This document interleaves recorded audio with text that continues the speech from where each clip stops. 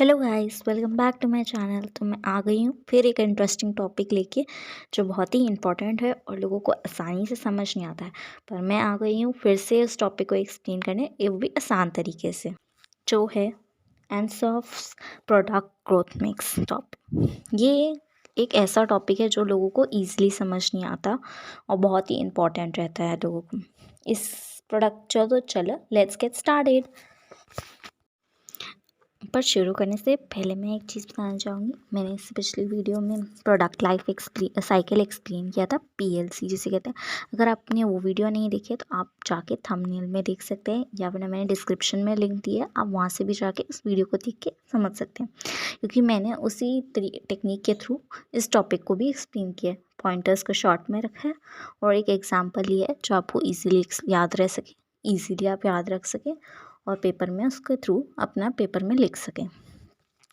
तो अब हम जो टॉपिक कर रहे हैं वो है एग्नोर्स प्रोडक्ट ग्रोथ मिक्स। इसको प्रपोज किया था बाय इग्नोर एंड सॉफ्ट ने, जो एक बहुत ही यूज़फुल टूल है that help business decide the product and market growth strategy. एक बिजनेस को आइडिया मिल जाता है कि वो अपना प्रोडक्ट कैसा, उसकी ग्रोथ है, ना ही केवल उसकी ग्रोथ बट उसकी मार्केट इन द एग्जिस्टिंग और नए प्रोडक्ट के लिए किस मार्केट में वो सूटेबल है, पुरानी या नहीं, या उसको नया प्रोडक्ट अपने नई मार्केट में लॉन्च करना चाहिए पुराने में। ये कुछ कंपोनेंट्स उसके चार होते हैं, लाइक पीएलसी में 4 स्टेजेस होती हैं, इसमें 4 कंपोनेंट्स होते हैं जो है market penetration, product development, market development, diversification. आप डायग्राम के थ्रू भी देख सकते हैं और मैंने इसको लिखा हुआ है। और इसकी ना ही केवल डायग्राम में मैंने ये दिखाया कि वो एग्जिस्टिंग मार्केट में एग्जिस्टिंग प्रोडक्ट को क्या कहते हैं, एक छोटी स्ट्रैटेजी है जिससे आपको याद रह सके, और ये डायग्राम अपने पेपर में भी बना सकते हैं। तो द प्रोडक्ट या market growth matrix is a portfolio planning tool for identifying growth opportunities for the company. तो लेट्स गेट स्टार्टेड। तो हम पहले इसके बारे में और डिटेल में जाते हैं और चारों कंपोनेंट्स को अच्छे से समझते हैं, क्योंकि वो 4 कंपोनेंट्स बहुत ही इंपॉर्टेंट है इस टॉपिक को पढ़ते हुए। तो पहला कंपोनेंट है मार्केट पेनिट्रेशन। तो मार्केट पेनिट्रेशन का क्या मतलब होता है? Refers to a growth strategy where business focuses on selling existing product into the existing market. ये सबसे इजी लैंग्वेज है जिसमें आप लिख सकते हैं कि वो प्रोडक्ट और उसके लेके मार्केट को लेके, कि वो एग्जिस्टिंग प्रोडक्ट है और एग्जिस्टिंग मार्केट में, जिससे आप इजीली डिफाइन कर सकते हैं इस वर्ड को, ना ही केवल इस वर्ड को, बाकी प्रोडक्ट्स को भी, जैसे प्रोडक्ट डेवलपमेंट है, मार्केट डेवलपमेंट है, डाइवर्सिफिकेशन, बाकी कंपोनेंट्स को भी आप इजीली एक्सप्लेन कर पाएंगे। तो फर्स्ट चीज़ होती है मीनिंग, जो आप इजीली इसके थ्रू एक्सप्लेन कर सकते हैं, जैसे मैंने मार्केट पेनिट्रेशन को एक्सप्लेन किया। Selling existing products into existing market, it is achieved by making more sales to the present customer without changing in any major way. इसका क्या मतलब है? Penetration also might require greater spending on advertising or personal selling. Overcoming the competition in a mature market requires an aggressive promotional campaign supported by pricing strategy designed to make market unattractive for competitors. Penetration is also done by effort on increasing usage by existing customer. इसमें क्या है? Market existing product को हम existing market में बेचते हैं, like cocoa Cola है, वो अपना कोई एक प्रोडक्ट है कोको कोला, तो वो अपनी जो कोको कोला है वो उसी एग्जिस्टिंग में मार्केट में बेचता है। अब वो कोको कोला ने जैसे पहले बॉटल्स में बेचता था, फिर उसने कैंस में बेचना शुरू किया, तो उसने अपना जो कैन भी लाया, कोको कोला एक अपना ही पुराना वही प्रोडक्ट है कोको कोला का, बट उसका बस पैकेजिंग ही तो डिफरेंट है, तो वो उसी मार्केट में एग्रेसिवली सेल करता है कि लोग हमारे इसको खरीदो, और उसके लिए वो डिफरेंट तरीके लेके आता है। तो लाइक कैडबरी सेलिब्रेशन, हम राखी के टाइम पे, दिवाली के टाइम पे कैडबरीज के कितने एडवर्टीजमेंट देखते हैं, यूज़ होते हैं, वही कैडबरी है बट उसका तरीका, उसकी वही मार्केट है, बट उसका तरीका हर बार इतना अलग होता है उसको कि लोग खरीद सकें, प्रमोट करता है वो अलग अलग तरीक़ों से कि उसका प्रोडक्ट लोग खरीदें।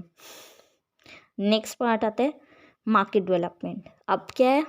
पुराना प्रोडक्ट है बट नई मार्केट है, जैसे ऊबर पहले सिर्फ हमारी क्या करता था, हमारे को एक सर्विस देता था, कैब सर्विस, कि हम इधर से उधर दूसरी जगह ईज़िली ट्रैवल कर सकें, ठीक है।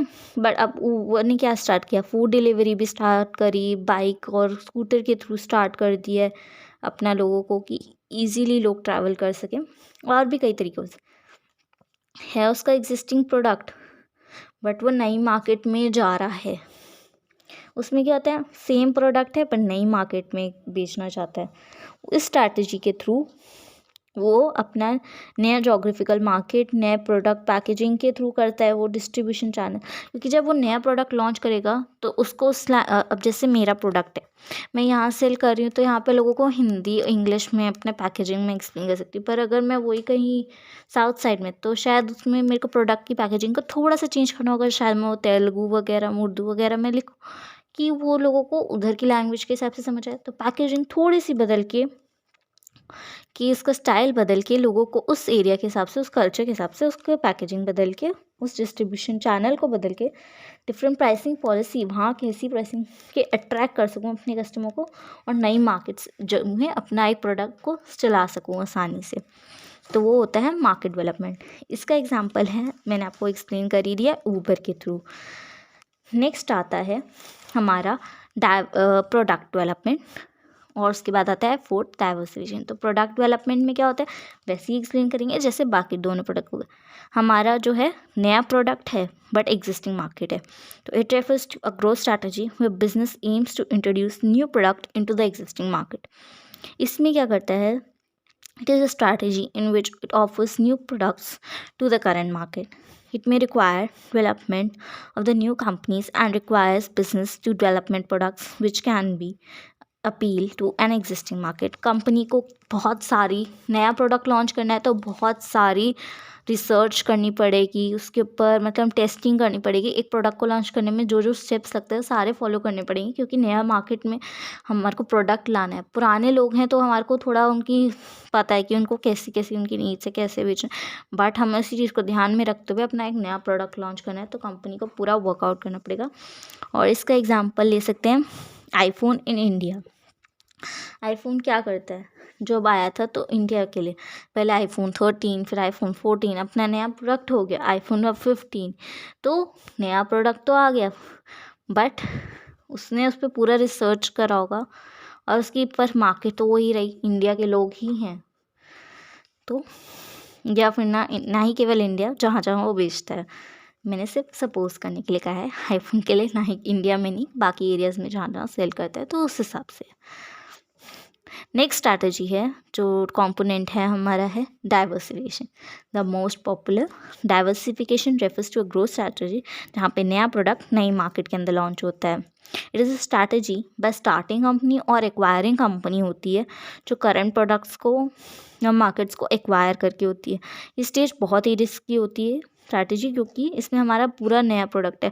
पुराने प्रोडक्ट से कोई लेन देन नहीं, चाहे कंपनी कितनी भी सक्सेसफुल हो या ना हो, उसका प्रोडक्ट लॉन्च जो नया करेगा उस नई मार्केट में बेचेगा, वो सक्सेसफुल होगा या नहीं पता नहीं। जैसे गोदरेज है, वो ना ही केवल सोप, रिटेल असेसमेंट, बट और भी चीज़ों में काम करता है, जैसे एग्स वगैरह में, जो बहुत ही लोगों को काम पता है।